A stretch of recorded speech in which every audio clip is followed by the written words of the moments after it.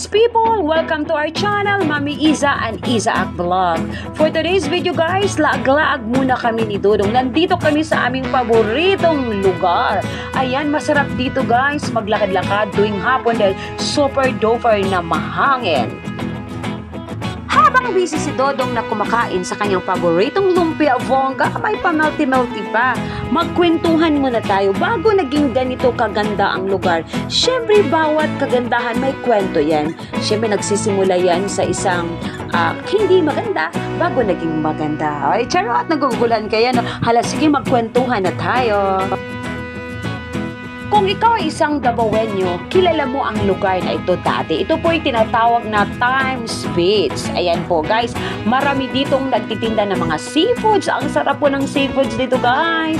Videoke, pag may videoke tuwing gabi ay syempre may lasingan. At kung may malasing, alam niyo naman, medyo may kaguluhan. So normal yan guys, no? So marami din ditong nakatira na mga bahay. Kaya ang dagat ay marumi. So alam namin yan dahil lagi kami dito nakatambay kung gusto lang namin kumanta o magliwaliw kung ano pang ibang gagawin dito. Medyo marumi nga ang lugar dito na side. Kaya isa ito sa mga tatak Duterte sa bahagi ng kanyang pagbabago ng bell para maging maayos ang Davao at maging malinis. Nilipat naman ang nakatira dito guys. Siyempre may relocation area naman. Karamihan naman ay pumunta doon sa relocation area pero yung iba naman dahil dito yung kanilang hanap buhay sa sentro talaga, nakitira sa kamag-anak o di kaya nag-rent ng apartment o boarding house. Last punta ko dito, hindi pa yan patag. Ngayon patag na at may nagsasabi na tatayuan dito ng park o restaurant o car wash. O di ba bongga, unti-unti nang mas dadami pa ang tatambay dito na side.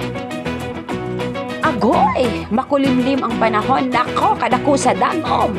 Murag mubundakay na pero hindi kami natitinag dahil gusto talaga naming suroy-suroy, lag-lag, magpahangin, magpa-relax kasi napakasarap ng hangin, napaka-aliwalas, malinis at sarap talagang tumambay dito. Ayan, kasama ang aking dorong. Kitang-kita naman guys, napakalaki ng kalsada. So ito po yung continuation ng Costa Road sa Bagua Playa at dito sa Icolan. O diba? Maraming dumadaan na mga private na mga sasakyan. So kahit paano na-minimize ang traffic sa Davao City. Maganda dito mag-picnic kasama ang buong pamilya, kaibigan o kinakaibigan. Sana all. Malapit na ang February. Ayan, si Dodong pa rin ang date ko. Hi, nako, okay lang yan. Ay, ayan po guys. At hindi rin kayo magugutom dahil daming pagkain, lalo na tuwing hapon.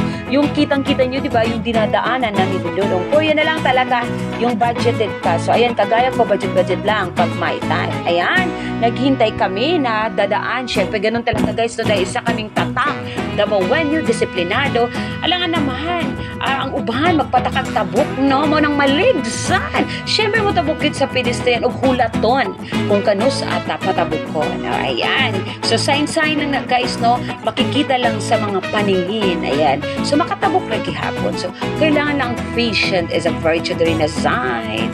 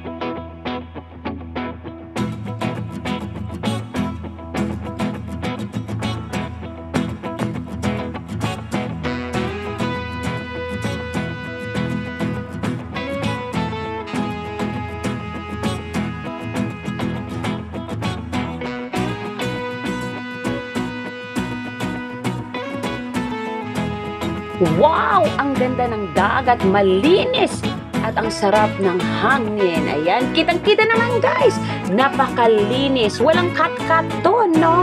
Then magpakakatotoo na tayo guys, kaya nga kilala ang Davao City sa second cleanest city in Southeast Asia lang naman.